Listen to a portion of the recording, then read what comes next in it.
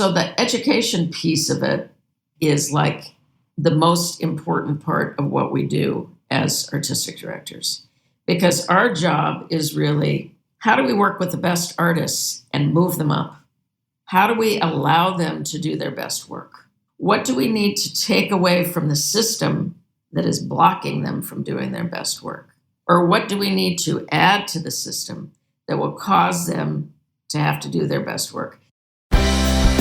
This is Arts Educators Save the World, where successful artists and their mentors talk about how arts education transformed their lives.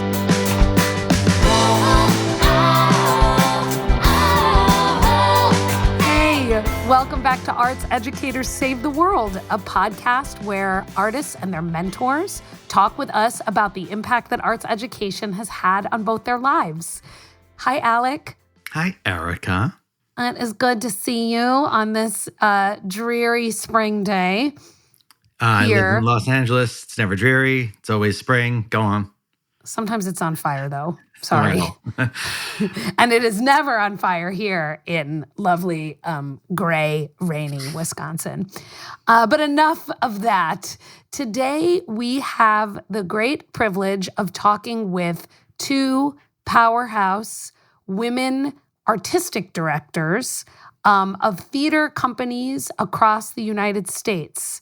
And this was a really cool conversation to me because when we talk to artists, we often talk to people who have a very particular practice. And when we booked these ladies, I had thought of this as talking with two directors, which is a role that I think a lot of people are familiar with. You are the director of a play, you are the director of a film, a television show. But what we got were two artistic directors. And we'll learn more about what that is throughout the episode. And they do a fantastic job of explaining to us what it means to be an artist who is also an artistic director.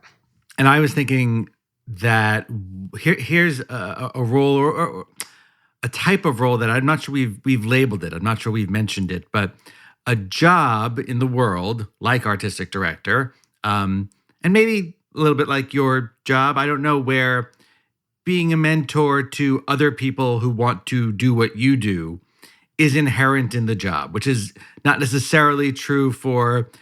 Not that I've ever had a real job in an office. I don't know what those people do. I've seen them on TV. And an office manager's job isn't necessarily to mentor the next office manager. It's to keep the trains running on time. I think artistic director, because you're going always to be surrounded by people who want that kind of job. That's just always going to happen. Or people who want to be directors or who want to be producers or who want to be actors or costume designers. You're in that world with them. And our folks, people we interviewed, they've created a formal system of mentorship. But I'm also thinking about jobs that just are mentors, whether they like it or not. And we hear in the conversation the decision about who to choose to mentor. And both Molly Smith and Wendy Goldberg, the two folks who we talked with, described the selection of somebody to mentor as some people are better suited to this role than others.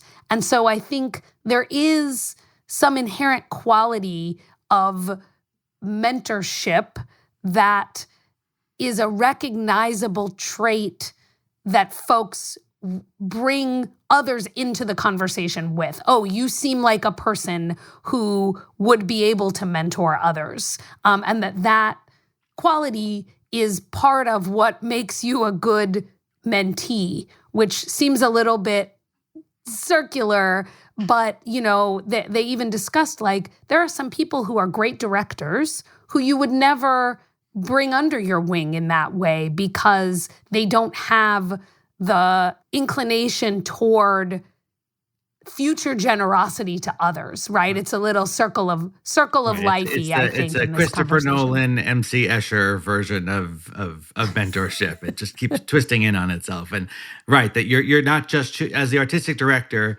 you are choosing the next artistic director who will be able to choose the next artistic director through mentorship. That's what it is. And the circle continues.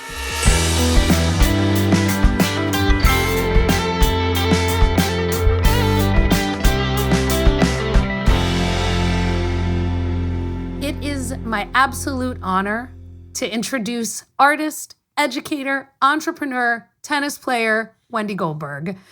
I cannot wait to hear from her in person since on paper, she already reads like an incredible force of nature. Wendy is currently the head of the MFA directing program at Boston University, a role that many people would say is an achievement in and of itself. For Wendy, though, it seems that this is her way of sharing her gifts with the next generation of theater directors and of herself being an arts educator who saves the world. She spent 25 years leading the foremost programs in the development, direction, and the production of new works for the American theater. As artistic director of the National Playwrights Conference at the Eugene O'Neill Center for 18 seasons. Under her tenure, the O'Neill was awarded the 2010 Regional Tony Award and was the first play development and education organization to ever receive this honor, as well as the 2016 National Medal of the Arts from the White House. She is the first woman to lead the conference in its 50-year history. Wendy served as chair of the jury for the Pulitzer Prize in Drama in 2020 and 2019, and was also a member of the jury for the Pulitzer Prize in 2018. Wendy also served as the Associate Artistic Director at Arena Stage in Washington, D.C. from 2000 to 2005, a role I suspect we will talk a lot more about in the coming hour. Wendy also founded The Front Office, a theatrical and media development company, after serving as a performance director for Rockstar Games in New York City. Wendy was hired to help direct the worldwide phenomenon Red Dead Redemption 2 with Rockstar Games. For those of our listeners who are not gamers, Red Dead Redemption 2 was the largest open world video game in the history of gaming and had the best opening weekend for an entertainment product in the history of entertainment. If he wasn't already, my husband is now a Wendy Goldberg stan. Wendy is also a world-class tennis player, training at the John McEnroe Tennis Academy and Emilio Sanchez Tennis Academy. This has also led her to create, I assume it has led her to create, the television docuseries Top Class Tennis, currently streaming on Amazon Prime Video, in collaboration with LeBron James's Spring Hill Entertainment. She serves as the executive producer alongside James, no big deal, alongside LeBron James, and professional tennis player Sloane Stephens. The show aired in July 2024 and was the most watched show on Amazon's Freevee network in the first 2 weeks of its release. Wendy Goldberg, welcome to Arts Educators. Oh, wow. Thank you so much. Thank you. I'm so pleased to be here. Thank you. And that's all the time we have, everyone. Thank you so much for listening to Arts Education. Arts Educators Save the World this week. I tried to shorten it. I couldn't. The content was too good. Thank you so much. Wendy, why don't you bring our real star of the show in? Of course. Yeah, well, it is my absolute honor to introduce everybody to Molly Smith. And Molly is a director and producer and the former artistic director of Arena Stage in Washington, D.C., where she served as the artistic director for over 20 years. During her tenure, she promoted new American plays and playwrights and voices, producing over 200 productions on their main stage. In addition, she helped to originate 150 new works by and within workshops and commissions at Arena Stage and their new play development program. She also drove the development and design of their complex, which is called the Mead Center for the American Theater. It was completed in 2010.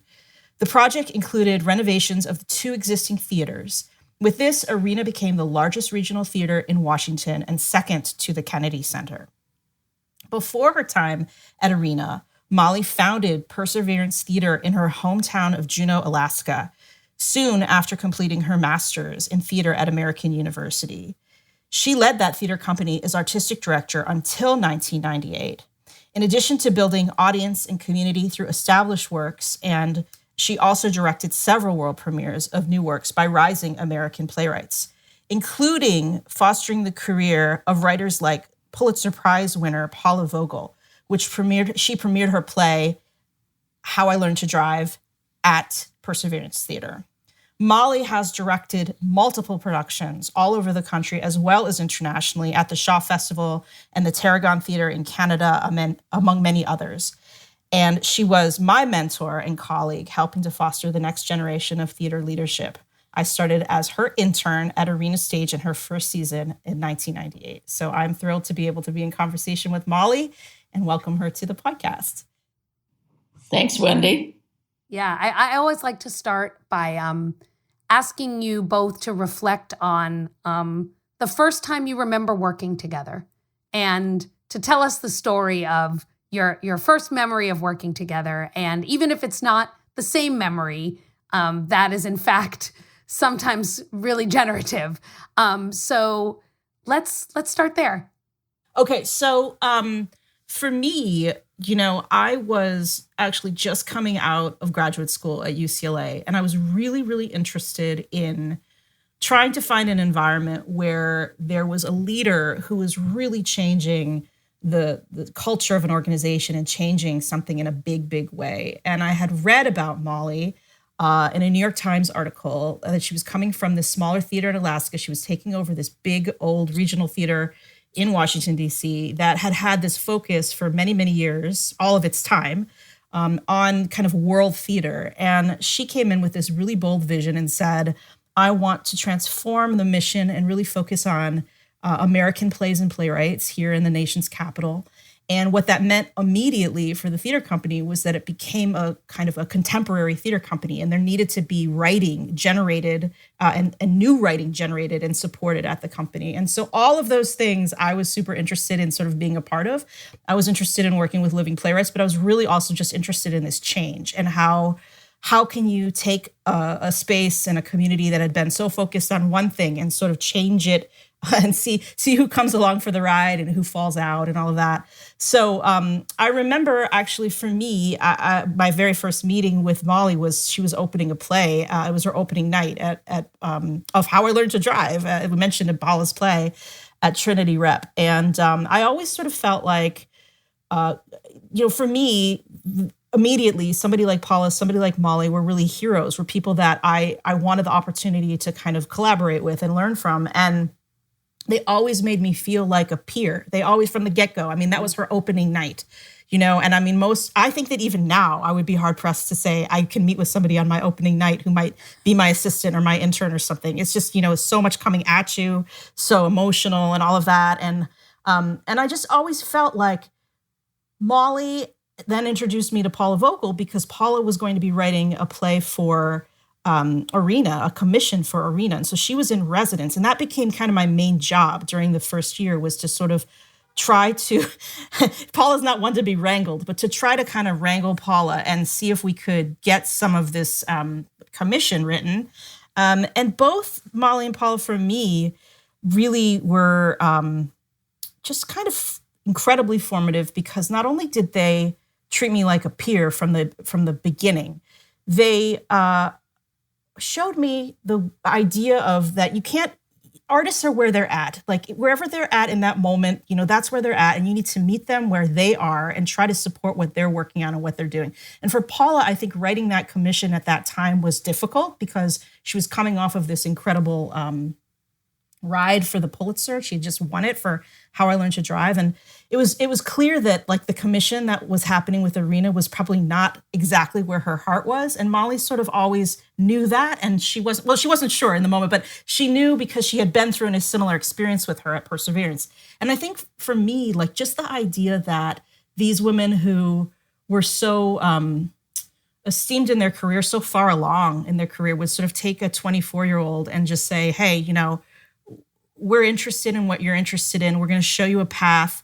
You can make your own choices, but just the kind of caretaking of artists, for me, that's always been really, Molly, I've always felt like that's like your greatest gift. And I felt like I was taken care of. So as I was just learning and growing. And so that was kind of the beginning, was me coming in. I came in as like the artistic director intern. And I was a director by training. I was interested in doing that in the coming years, but I really was most interested in that moment in learning how to be an artistic director and a leader. And I found that in Molly. Great, Molly, Wendy. what do you Great, remember? great memory. Well, I remember that I was first introduced to Wendy through Roberta Levicha, who was a wonderful director and a great teacher. And I think she was with you at your university. And she said, hire her. You will never regret it. And that's what happened. So Wendy and I had a conversation, and I just thought, ooh, she's whip smart. This is exactly who I need on the team. Because as Wendy said, it was pretty complicated moving the form, the mandate of what Arena had been doing, which was really more of the American classics for a big company, and also a lot of Eastern European work, into being a modern theater, which had to do with how do we dig into all of these American writers? Because remember at that time, and it was 25 years, Wendy, it was a quarter of a century that I was there. And this whole idea of taking on American writers came because I was so pissed off at all of my colleagues who were only looking over their shoulder at the Brits as far as who to bring in. And I said, no, we have extraordinary writers here in America, and let us dig into this treasure trove. And what better way to do it than in Washington, D.C., which is a crossroads for the country, right? It's where we learn what does it mean to be American. And God, are we learning that now, right? In the middle of this administration and the heinous and dangerous operations of it. Who will write that play? Those plays, I don't think actually will be written for another decade, because it takes usually that long for something to foment and come into an extraordinary play. I mean, we're going to have some other plays that come out before then, but the next great American play on this moment is probably going to be in a decade. And I think Wendy and I were kind of driven by that idea, because there were other people within my organization at Arena Stage who were not. They had been there for a long time. It's what often happens as change comes in, and you all have probably been through that before, is there's a sense of slowing things down. And I didn't want to slow anything down, and neither did Wendy. So there was attraction, and there was an understanding that we were both going to learn from each other. And I think that is what happened. Over and over and over again. I mean, it was a pretty thrilling time in all of those sessions that we would have, Wendy, our weekly sessions on figuring out what plays were going to be done for the next season, figuring out programming, how could we drive these ideas so that writers would be compelled to come in and write. And I think what happened in terms of Paula, as you all know, is an extraordinary artist. And you're right, Wendy, she immediately became connected to you, and I think has remained connected in a really beautiful way, is the play she wanted to write, she didn't actually write for about another decade. And I think it is that you need to follow the artist, because the artist will tell you where they need to go.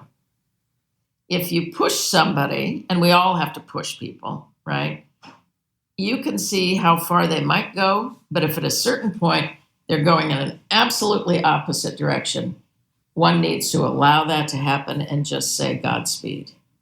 And that, to me, is actually one of the education pieces that you're talking about, Erica, which is, how do we see people where they are in this moment, as opposed to where we want them to be? And that can be tricky and painful and extraordinary at the same time.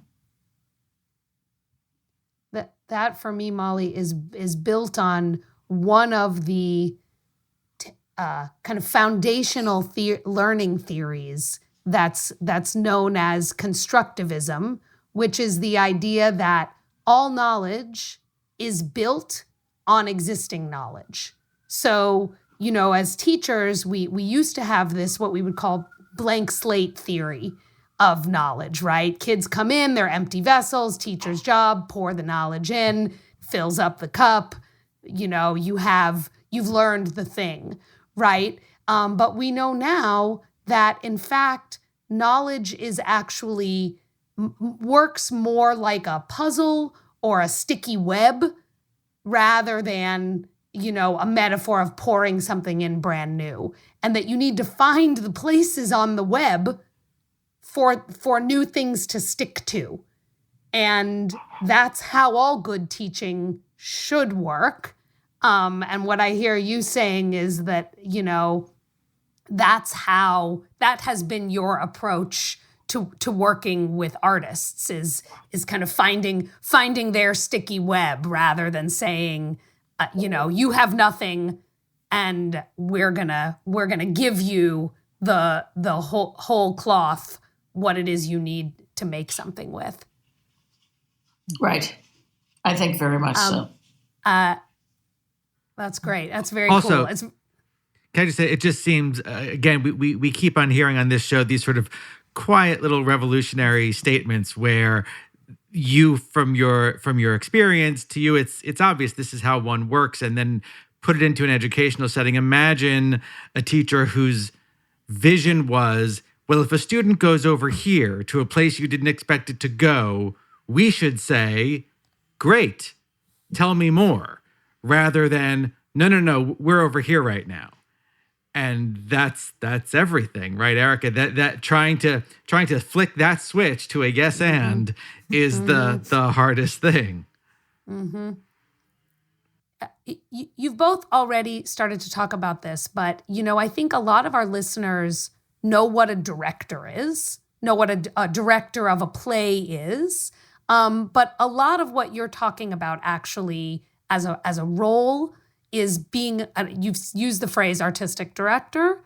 That seems to me to be a different, related but different role from being a director of plays, which is more familiar to people. Can you both say a little bit about what an artistic director is and does, and how that, how the two of you worked in that space? Sure. Well, I think the other thing that both Molly and I shared, because an artistic director is the artistic leader of a theater company.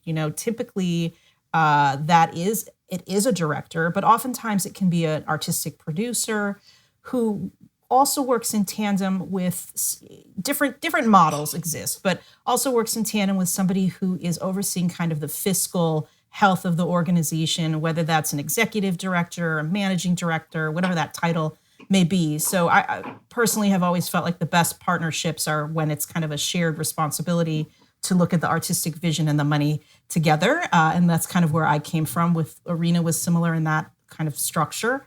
But both Molly and I are directors of plays and musicals and other media projects as well, where we are storytellers and, telling the story of whatever script is in front of us, and coming up with a team of artistic collaborators to do that together. But they are different. It's true. So like Molly and I, I'll have Molly to speak to it too, but I came into the theater company, I think at that time, Arena Stage was a theater company. It was like an $11 million theater company. And under Molly's leadership, it grew and grew and grew. And had more performance spaces. By the time I was long gone, there was more performance spaces and more going on, even more activity than when I first got there. But it was about kind of transforming the established theater into a larger company, and all of the ways in which that happened artistically fell under Molly, and I was part of the department that kind of helped figure out what we were going to do, who we were going to work with, what stories we wanted to tell as an organization in that moment in time. It was such a wild, it's always a little wild in Washington, but it was also a wild time. A lot of different administration turnovers, and wars started and wars ended, and like just lots of different activity that we were always kind of responding to, I think, or trying to take a lead on in some ways in terms of the work we were doing. So that would be kind of the basic differences, I guess. I don't know, Mal, if you have anything to add to that too, but Yeah, a director is very specific. A director is directing a particular play and need to be almost myopic within that world and go deeply into it. As an artistic director, one is responsible for the philosophy of the entire organization, the artistic philosophy, the ideas of the organization, and needs to be the chief communicator of that.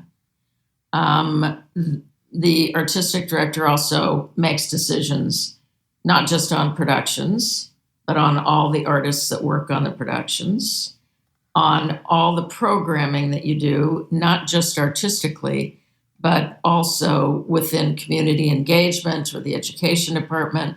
This is all the world of the artistic director. And then there is the managing director, the executive director, that goes hand in hand financially. So, I always think it has to do with this combination of great programming, great PR, and butts in seats. That's what you need to be able to have to make a theater company really thrive. And there are things that you can do as an artistic director that you would never be able to do as a director. For example, one of the programs we started at Arena was a power play program, and that had to do with one play for every decade of American life. And it's because even during the time that I was with Wendy, I kept asking the question, what is the DC voice in theater? And when I would talk about it being a political voice, people would say, no, people can't stand political work. They can't stand it. They can't bear it. And I was like, I think they live, eat, and sleep newspapers. I think maybe they would like this. And so eventually we started doing political work, and boom, it hit like firecrackers. And so then more of the work became political because, of course, I believe everything is political anyway. Almost every choice we make is political. And so programs like that would be something an artistic director would do. That wouldn't be something that a director that is directing a play would do. They might have smaller programs within that. But I think Wendy's right. An artistic director is a leader. So you have to start with that. They are a leader. Whether you're leading in that way or Wendy will remember my partner Suzanne and I created a national march for gun control in Washington, D.C., and did it over a month-long period of time and brought in like 6,000 or 7,000 people. And that is also what an artistic director would do, because it has to do with leadership and numbers and people and pulling together people and talent. So the education piece of it, I think, is like the most important part of what we do as artistic directors, because our job is really, how do we work with the best artists and move them up? How do we allow them to do their best work? What do we need to take away from the system that is blocking them from doing their best work?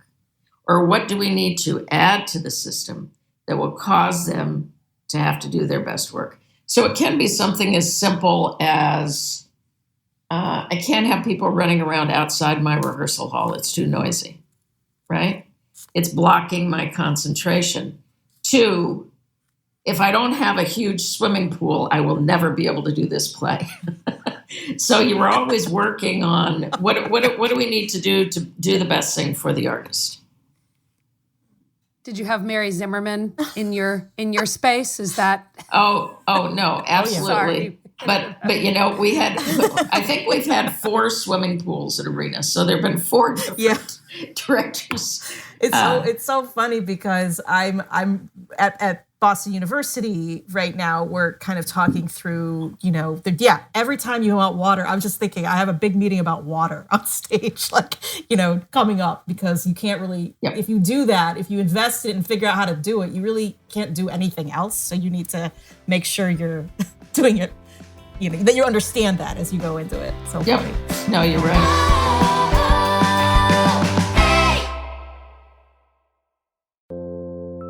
My name is Graham Isidore. I have a progressive eye disease called keratoconus. Admitting I'm losing my vision has been hard, but explaining it to other people has been harder.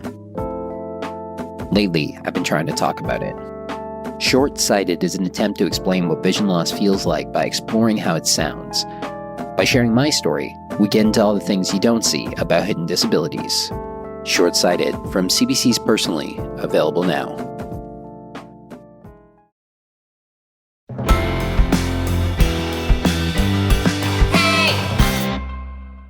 This might be a hard thing to articulate, but I'm curious what mentorship looks like in the artistic director space. In other words, mentoring for vision seems like a fundamentally different set of moves than mentoring for the myopia of the play, as you were describing, Molly. So I don't know if it's helpful to, sometimes it's helpful to give specific examples rather than talk in the abstract, but I'm super curious about that kind of mentorship. Ooh, well, I want to throw my oar in the water on this one first. And then, Wendy, I know you're going to have a lot of ideas. For me, it's very practical. It means that, and I believe, Wendy, I did this with you, you can go into any meeting you want to with me. If I'm meeting with different people that are normally closed doors meeting, you can be in there with me. As long as you have integrity and will not say a word to anybody else about what happened in that meeting. So I think when you do this kind of mentorship, it's one-on-one. It isn't 1-on-20. It's one-on-one. Because that's about all that can be able to take the system. And it needs to be very, very special in that way. And the reason why I wanted Wendy to have that is because I knew she had the ability to be an artistic director. Not everybody does. Not everybody is suited to it. Not everybody should. There are so many people that really need to be a director, a very specific director, and artistic director is not their world. But Wendy has a brain that's a multidimensional brain and an ability to have different projects slotted in, ching, ching, ching, ching, ching, and different donors slotted in, ching, ching, ching, ching, ching, and audience and artists and all the rest of it. You have to have that kind of a brain, and you have to relish that. You have to wake up in the morning with it. So Wendy had that. And it's saying to that person, I don't know if I ever said it to you, I think I just dragged you along. You get to be with me on everything. And that's the way you're going to learn. Because I believe that one-on-one learning is the most powerful. And it's the best for any kind of artistic endeavor. Totally agree and feel like, I was the beneficiary of that. And yes, I know there was probably some dragging here and there, but I was so honored, and so curious and hungry, like literally hungry to be in those spaces and to begin to just, again, like this idea of modeling, I feel like I'm trying to do that anytime I'm mentoring anyone or teaching anyone that, like, come with me, see everything, the good, bad, and the ugly. And yes, as long as you can keep it confidential and have that integrity in the things that are really sensitive, those meetings, that's the only way I think people learn. And so I think about that a lot. Like, I feel like every time I'm trying to run a classroom or something like that, I'm trying to model what I hope to be sort of best practices around how do you take these moments on? What does that look like? In particular to running a theater company. I mean, I always say, for me, it was like everything I ever needed to know. I feel like I learned in that internship Molly, with just being inside of all of the different complexities of running an organization. And for her, I mean, that was her first year. And I think that generosity is something that I also like to try to pass on, or have a spirit of generosity, because she didn't have to do that. Like it was a really overwhelming, it was a big year, a big launch year to get all of the new things out there. And there was a lot going on. And there were a lot of like one-on-one meetings with donors and board members. And then towards the end of my time there, this whole idea of like building a new building, I've never actually been through myself a full capital improvement or capital campaign, but I began to learn how to do that. I feel like with Molly, and I always say this, like you tell the same story over and over and over and over again so that people can understand what you're trying to build. And every time, hopefully you tell it a little bit better. You tell it with a little new flair or something. But the kind of reality of running a not-for-profit and having to raise that kind of capital for something, that's not to be underestimated, So I learned so much about how to do that in those spaces with Molly. I remember talking to some artists a couple months ago, and they were saying they thought I was crazy when I would keep running into different casts and showing them the design for the building and how it would be and what would happen here and what would happen there. And they said they wanted to pat me on the shoulder and say, "That's very nice, dear."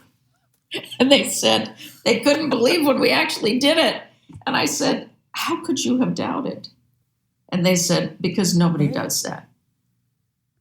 Nobody does that. And what Molly was building, she was building a team, and a team of like people who could spread the gospel and go out and talk about it and get people excited. And that's what you need. That's what you want behind you, and to be able to build together. And that was really inspiring to me. And it was really unique. I kind of try my best to always think about it in those terms too, that we're building a team of people to make this work. Well, Wendy, you're really great with that, with what you're doing with the university program. I've seen you with the directing students. It's fantastic. They run after you like little chicks after their mother. But it's a hard time out there. Yeah. Yeah. But they're with you. But one kind of profound thing happened while Wendy was there, because she was a young person coming into this position, and I had great belief and hopes in her, and had somebody who was operating in a different, higher position, who then I moved out and I moved Wendy in. So that was shocking to people, because here I was moving. By that time, maybe you were 25. Probably happened 1 or 2 years into your time that there. Was it.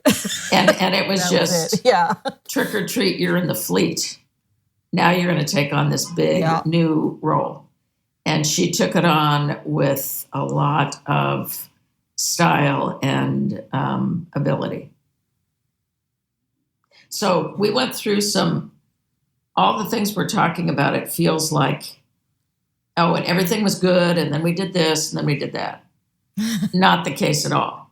What you were always talking about is problem solving, and that real desire to solve problems, because I actually think that's the fun of the theater. When you stop wanting to solve problems, you need to get out the door. Mm-hmm. It's interesting you say that, Molly, because I was kind of next on my list was to ask whether you can recall a time when the two of you either disagreed or had a kind of artistic or operational struggle, because sometimes those moments, those experiences can be, even sometimes more transformational than, oh yeah, it was great. And Wendy came in and she was my, number 2 and it was always great. So can you think of a time where that tension maybe emerged and kind of took you to a different place? Yeah, absolutely. I mean, I think like all good relationships have their ups and their downs, right? And I was a young person in this big role, and she was putting me, front and center, and there were a lot of pressures, I think.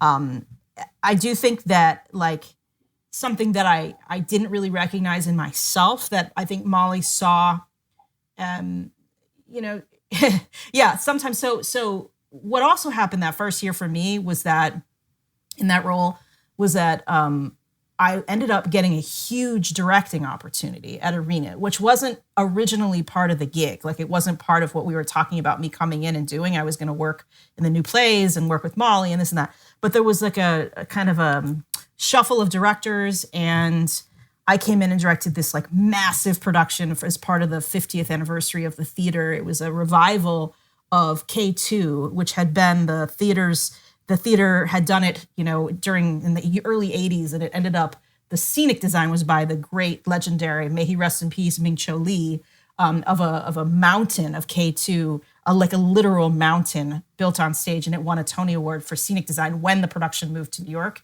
And so the kind of whole idea of it was that we were going to try to get back together, the original designers, but have a new director, but kind of keep the original design and maybe just build off of it for a new generation. And so that was really interesting. And I think that one, what that kind of set up was that then I was starting to direct more at the theater. And I think that the thing that I hadn't directed at that level before, I had really just started my career and I was directing locally in DC.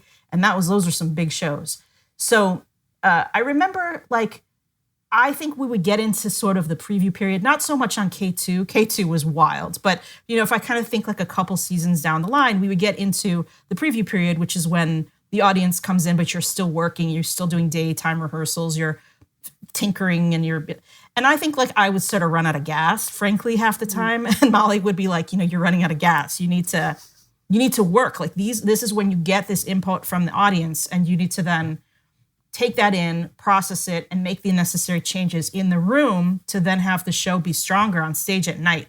And I was like, it's there. Sometimes I would just, because I don't think I knew how to work yet. Like I didn't know how to do that. I didn't know how to, for me, you know, the show opened, the people saw it, I was gone. But not in a real preview period, which is a gift to be able to have that. I just had never had that before in my experience. So she taught me, I think it was tense because I would kind of like dig in on things, you know? And I think that I was actually like, I don't know why I would take it personally. It wasn't really personal. It was really about observing, like being in the moment fully as an artist, and taking in like that final element, which is the audience, that I had failed to kind of completely understand how to do. And that lesson for me is like, now in American theater, you have barely any rehearsal time. You have barely any preview time. And so you've got to be working like efficient the whole time. And so I feel like she helped me, but it was tense. Like it was a little tense because I would get the notes and I'm like, oh my God, what am I going to do with this? Like, how am I going to, I can't do that, you know? And it's like, of course I could, you know, of course I could go back and change things. And for me, that's like where I felt like I learned a lot, but it was tense because she also is the leader of the theater. She wants it to be the best it possibly can be. And you also, you know, I don't want to like be like go or anything, you know, but I didn't know always how to take that feedback. And I actually feel like when I would watch Molly give that feedback to other artists, I would see the same tensions sort of rise up for them too, where they would get kind of, you know, take it very personally and not always know how to. And I was like, you know, I want to be better at this. I want to be able to take it in, like, thank God for the feedback. You know, it's not like before the Washington Post is writing about it or whatever. And I can then, so like that, I remember that being a little contentious in the office and me being like, you know? So I don't know about your thoughts are on that, but I think, you know, again, like a huge learning lesson for me because, and I push my directors, I think I scare everybody because I'm like, you know, you have to just keep going. If you got to keep going to the last second, you can keep changing to the last second. I actually remember that, Wendy, and Wendy has a certain charm and would try and slide out of it. So that's what I remember. And it was like, no. You need to focus. We used to do something where we would put ball caps on people and have them go out into the audience and take notes, you know, to find out what are you loving about this? What are you hating about this? What do you think might change? And it was all anonymous. And then it'd be given back to me. And certain things that I'd agree with, I would pass on to the directors as well as my own notes. And I found that really informative. I don't know, we probably did that for about 10 years, and then, like all things, it kind of drifted away. But I actually sort of liked that idea because you're getting it from the audience's mouth and what they're seeing in the immediate moment, as opposed to what we were doing in the rehearsal hall or what we thought we were doing, or even what I, as an artistic director, might already know about the piece. These were people who were fresh and not theater people. So I kind of found that helpful too. But Wendy, one thing that I always loved about your work is, even though there were those necessary tensions, and those are the tensions that happen all the time with artists, is you would go back and redo it. You would go back and make the changes. And you would go back and make the changes that might not have even been the changes that I thought you needed to make, but would answer the question in a different way. So I think that was important learning. Yeah, and what Wendy doesn't say is that I threw her into a very deep pool with directing K2.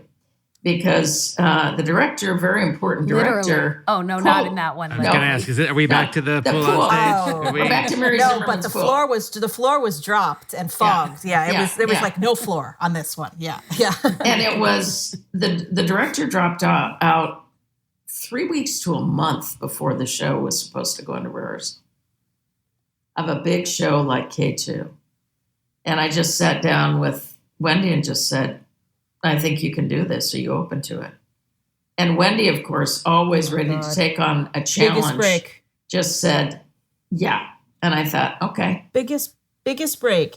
And you know what? I want to say, like, I remember when she first came to me with this, it's also like a learning moment for me, because I shared this I was on an internship at another theater company at the time. I had left Arena. I was like interning at somewhere else. And I was so excited about this possibility. And I shared it with somebody who was in a leadership role at this other company, who I could tell from the moment I mentioned it, like, she was so jealous and so upset and so like all about her. And I remember thinking, like, I don't want to be that person. Like, I get it. You know, it can sometimes, there's a lot of that happens, you know, this sort of scarcity, and that was a huge break. But I want to be the person that's like, that's exciting. Let's work on it together. Like, let's whatever I can do to help you, you know? And I just remember seeing that and thinking, you know, we're in a different time. Like, Molly has decided to give a young woman director this massive opportunity. And this was an older generation artistic director who was a woman, and just was like, you know, I could tell was very jealous, you know, I just thought, I want to be the person that, I want to be Molly. Like, I want to give people opportunity, you know, who deserve it, and then mentor them through it. You know, like, I'm not going to just come in there and know everything, by no means. And so take the talent and try to nurture it, you know, and I feel like that was a huge gift. And you did great with it, Wendy. Thank you. You did great. I remember we had some discussions about casting where there was some tension there too. And then we got through it. I think that's true. There was that one. That one was tough. That one had its moments for sure. Yeah. Yeah. But just to answer your question, this Erica, double layer. You've got it. Yeah. It's a double layer all the time. It's a push-pull. Yeah. And also the double layer of mentorship, right? Like, mentoring around the leadership aspects of artistic director, but then getting into the nitty-gritty, for lack of a better word, of directorial mentorship, right? Around specific artistic choices, whether that be casting or, you know, storytelling, you know, mechanisms. Moving between those two ways of working together, I think is pretty unique, right? We have mentors often in our lives who have very specific, go into very specific lanes, right? And I think it's unique to think about lane the lane crossing that you're describing. Mm-hmm. Yeah. I wanted to reflect another insight about sort of educational spaces that I heard coming through in your discussion about previewing an audience, and particularly, Molly, your ball cap undercover, method. Sorry, I thought you had said bald cap. I thought you were hiding people. That's amazing. That's amazing. Under bald cap. I was like, I was like, it would be easier with hats. And now I hear bald cap. Okay, please go on. Bald I'm just cap. for the Or to hire audience. you. Might have For been the more audience. Do the interesting. role. All right, easy. But for those who were along with me, who's there you go. You're welcome, Erica. Yes. One of the big tenets that I always try to communicate to my students, who are some of them aspiring teaching artists, so they're artists who want to have teaching in their lives, and others who are aspiring educators, future elementary school teachers who are learning about the role of the arts. We talk a lot about audience and critique as an essential aspect of a learning process. Mm-hmm. And one of the mistakes, the huge mistakes that we make in teaching environments is that the work that is produced, whether that be an exam or a project or what have you, is very rarely for anyone other than the teacher so they can grade it to make sure the kid has complied. And in my opinion, the function of assessment ought to be exactly what you're describing in this artistic process, which is to get critical feedback from an audience who has some reason to care about your work, about what they see. And not just did they like it or not, because actually that's pretty unhelpful. And I'm curious about your take on that, because I imagine that's the same here, right? It's not helpful to know like, oh, they like it. What is helpful to know is, what are they noticing? What's standing out to them? Mm-hmm. How do those choices impact their experience with the story? Right. And are those impacts what you aimed for? And if so, how can you make that clearer? If it's not what you aimed for, do you need to change it? Or does it give you new insight into what you're aiming for, right? So I will often say to my students, if I give you feedback or we give you feedback that this reminds us of, a Quentin Tarantino movie, and you think like, oh, I was not going for Quentin Tarantino, but interesting. Maybe I should be going for Quentin Tarantino. And what would it mean to lean in to that perspective? And so for, highlighting for us, but also for listeners, that this feedback process that you're describing, which sounds like was really important to your process, is exactly the kind of process that I'm trying to get educators to engage their students in, even when what they're making isn't artistically grounded at all.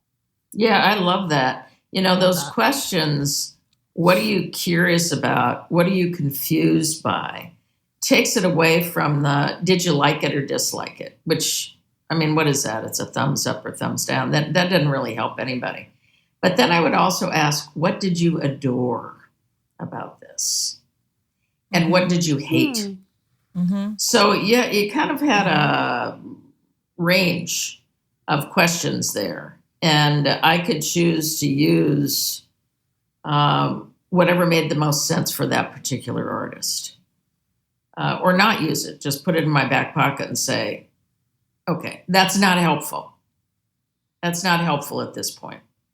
And also trying to get audience into this as well. Letting the audience know that every day in a preview process, you are changing about 100 things.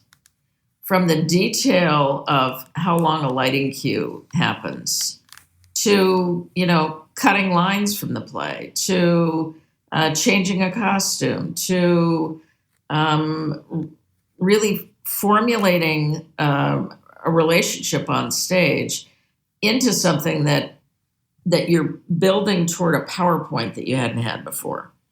And they're shocked. Every day you're doing that? And it's like, yes. So come back a week after we've opened and see how many of those things you can see. Because we'd have anywhere between 1 and 2 weeks of previews, depending on whether it was a brand new play would get 2 weeks, an older play would get 1 week. And come back in, and I had countless audience members who'd come up and say, I learned so much, and this is what I saw the second time around. And why is it so different? And what happens? And Wendy, I talked about Paula's idea, which is the play is different every night because it's what's created between the audience and the actor. And every day we bring in new things from our lives. Actors bring in new things from their lives. They've just gotten off a rotten phone call with their husband, or they have just read the newspaper. People who are in the audience, they've just lost their job, one of the federal workers. They're going to bring in something different. And that co-creation that happens is what makes a play. So audience members began to understand that that's why a play is different every single night. And that was exciting learning for them. It's also what makes a learning outcome, not to take it back to this, right? But, we think of the learning as the demonstration of the thing that we put into our paper, but actually the outcome is in the relationship between the composer of the whatever the artifact is, whatever the thing is, and the folks who are interacting with it. I mean, in an ideal world, right? That's what the learning outcome is. Also, a sort of point to, again, the idea for a student. I think about my kids who they take a test, they work on something, and you're so sure of something, right? Your brain gets going in one direction, whether it's an answer to a question or a concept for a project. And if the result in an educational system is bad grade, or you didn't do it right, or whatever it is, it's so not helpful, obviously. But also I think thinking about what a director, let's compare it now to a director who has a choice they've made, a thing they've done. If you don't have the chance for other people to tell you, here's what I saw, it doesn't challenge that essential choice that you made at the beginning that maybe put you off in a different direction. Just a quick example. I directed a show with it's opera with this one woman, and she played 4 or 5 characters, and we weren't doing no costume changes. She was doing accents, but it was also sung in Italian, and there was a lot of stuff going on, but vaguely different accents. But we decided to put the person who she was becoming on a big slide behind them with their name. And from day one, we're like, how are we going to differentiate? Well, we're going to put the slide of the person. And I had a whole bunch of people going, oh no, I thought she was talking about the person up on the slide. Like right away challenging our essential choice that we made. Because in your brain, you make a decision and you just fly down that path. And it's not until the audience tells you something where you have to open up and go, oh, other way of seeing that. And do it like Erica's saying, do I want to roll with that? Or do I simply need to make a change because my vision at this point got locked into a certain thing that only benefited from response? Mm-hmm. Great. Was your relationship with future associate artistic directors similar to your relationship with Wendy? Because I know Wendy left that role in 2005, right? And you spent another almost 20 years as artistic director. Did you mentor and work similarly with other associate artistic directors that came after her? Absolutely. And I actually have 2 people that I'm mentoring now. So it's continued even since I've what I call evolved as opposed to retired, because I hate the word retired. It sounds like you're sitting back on your heels. But there are 2 women that I'm mentoring right now. one that's a new artistic director, and then one that wants to be an artistic director. And that to me is fascinating. It's that whole idea of how do we give back, which is something that Wendy is so brilliant at. Whether it was what she was doing when she was raising huge amounts of money to be able to give back to people, to be able to give to people during the pandemic, or the kind of work that you're doing with tennis players and trying to kind of broaden that to a larger and larger audience. But it's, how do we give back? That to me is part of the education process. Because of course, through each one of the people that I mentor, I get so much too. They get a lot, I get a lot. It's co-created. It's passed back and forth. But I think, Erica, embedded in your question is it different or the same? It's always different. Mm-hmm. It depends on who the person is and what I think their potential capacity is. And oftentimes they change, their capacity becomes larger, their capacity becomes diminished, whatever it is, and as educators, we know we can feel that in somebody. Oh, they're open to something much, much more than I thought. Or, oh, they've just made a leap. They've just made a quantum leap. They can take in more information than I ever thought before. So it depends on where they are.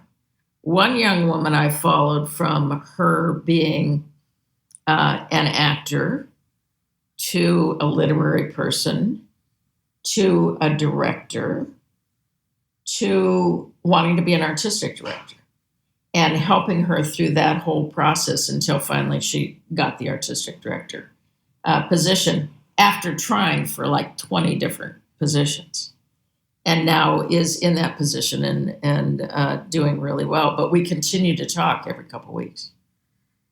I was just going to ask, in this evolution, in this cycle of evolution, are you primarily a mentor?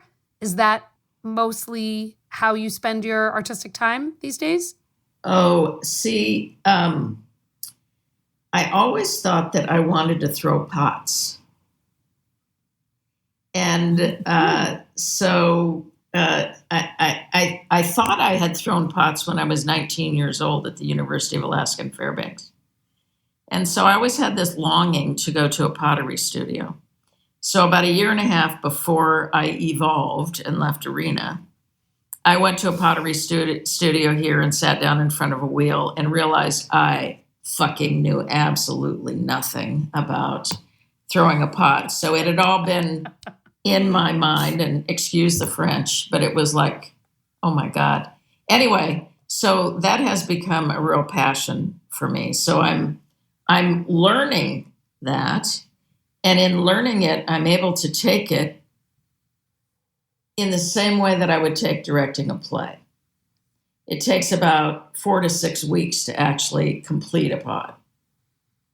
It's, the beginning of throwing it on the wheel is very much like the rehearsal process, right? Creating the walls of it.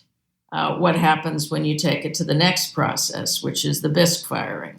What happens when you take it to the next process, which has to do with glazing it, trimming it, all those different things? It's very much to me like the artistic process. So I've taken my artistic process and allowed myself now to be a solo artist. So it's about my craft there. So that takes up, I'm probably in the studio, 8 hours a week, just throwing, which is kind of a lot when you think about it. It's amazing, Molly. I didn't even know that. I love that. I love that. It's so interesting to me to be in a craft where I'm actually working with my hands as opposed to working with human beings, molding them or being molded by them, right? Sure. So I've thrown basically a set of plates for Suzanne, a set of bowls for my former husband in Berlin. Now I've moved into large bowls because Wendy, I like things that are epic. So now they're like big. Epic. They're 5 to 7 epic pounds, in scale. which is amazing. which is big. And I have an idea of what I would really like to do is I'd like people in the studio to work with me on an idea, because there's so many homeless here in Washington, D.C., a piece that is scaled up. So it's another like 20% of human scale of people lying on the street, right? But then have it glazed in really gorgeous, big, bold colors and just slide it out onto the street. So that's what I've been thinking about recently. Wow. Will it happen? Wow. I don't know if I can talk him Not into what I it. expected you to say. I'm delighted. I don't know if I can talk him into it. Because, what I like about potters is they're a lot like Alaskans. They're very practical. It is all about making things that are useful. And they're big travelers. Mm-hmm. Like I'm a big traveler, like Wendy's a big traveler, right? So I like all that. Wendy, to close us out, I would love a few thoughts from you on your role as mentor. I know we've talked about it some, but, can you say a little bit about how you've carried forward your work with Molly into your own practice, both formally, right? You run a directing program, so you are a formal educator, but I imagine also in other aspects of the work that you do. Yeah, absolutely. I mean, I think, again, like going back to Molly sort of giving me an all access pass, to all of these different opportunities and experiences, like very, very early in my career as a really young person.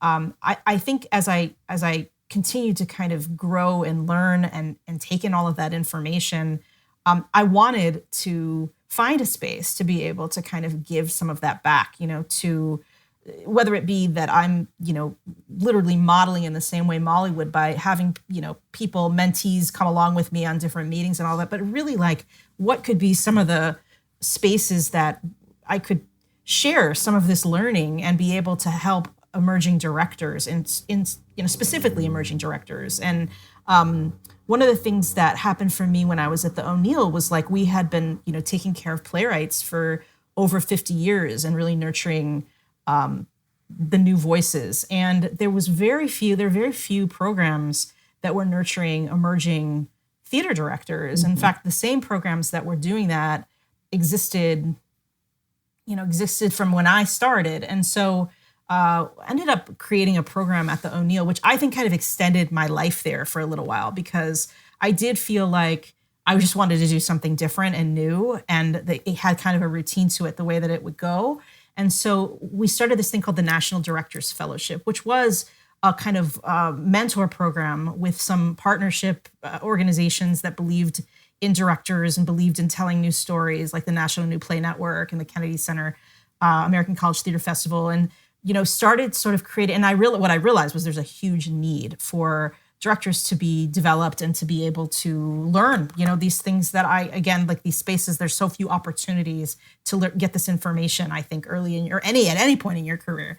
So that that's what led to me going to Boston, really, was that I realized like I loved curating other playwrights' work. I loved putting a season together. I loved having the opportunity to direct plays and do other things as a director. But really, I think like I learned so much from the people who are kind of coming up. And as much as I can give back, I learned so much from them too. So that's definitely been a huge part of my life. And I think that I'm just about to graduate my first MFA class that I recruited, and they're going to graduate in May. And I feel like I don't know what we're going to do without them, but I feel very close to them. And I feel like I'm sort of their agent now for the next couple years, trying to figure out like what's opportunities they have employment wise, and what does that look like. And so it's definitely something that has inspired me, and I grow from it. I think more than anything, honestly, like plays come, plays go, productions are up, they're down.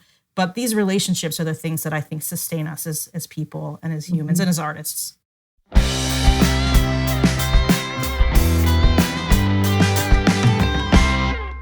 So much incredible wisdom and just passion for making theater, making American theater. I feel like we got a chance to really think about the moment that we're in politically and artistically with Wendy and Molly. And I feel really lucky to have talked with them, now at this time when, arts in America is pretty oppressed, for lack of a better word. And to hear from them about how they've really focused on remaking American theater was really fantastic. And I particularly loved the conversation we had about how they engage audiences in critique and feedback, especially because that has been such a central theme in so many of our discussions, which is how feedback, critique, assessment is such an important part of a learning environment, and how much we can draw from the arts in the remaking of what assessment looks like in formal educational spaces. They're also the kind of women who you just look at, you're like, I don't have that kind of energy. That's not going to be me. I'm not going to be able to do the thing. You just imagine them whirling through their days of just a swirl of people. They're walking down the hall and everyone's walking up to them. They have this question, and they're just all the hats and all. I'm like, all right, I'm glad people like you exist in the world, because I'm not one of them. Well, and I especially loved how Molly made sure to say, right, that she was not, in fact, retiring. She was evolving, yes. which is a sign of somebody who continues to have artistic energy to give into the world. And now she's giving it in the form of ceramics and large-scale sculpture and pot making, which, as we know, is also a space of great passion and world changing for people. I cannot wait to both retire and just sit and drink out of her coffee cups that she throws in the kiln. One thing I'm going to take with me into my own classroom practice is, I talk often about the kinds of critique practices that ask people to notice and to wonder and to say what a particular piece of art reminds them of as ways to give artists feedback on their work. But Wendy and Molly gave me this additional prompt that they said they have used it during preview when asking audiences about work, which is, what did you adore?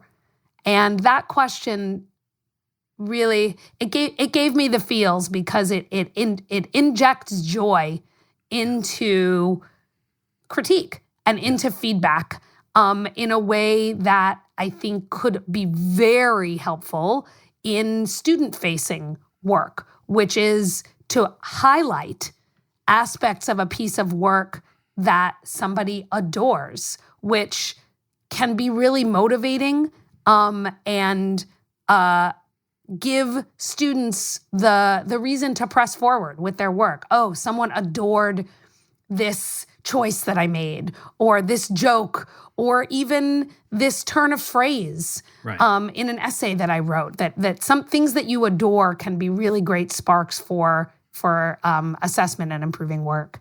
Erica, you know what's something I adore? What's that? You. Oh, that presses me forward to keep making work. How about this, Alec? I got a question for you. Oh, God, I know it's going to be. Yeah, what are 3 things that you adore? All right, it's the Dodgers. 1. It's Batman. 2. And it is the Talking Heads. 3 things.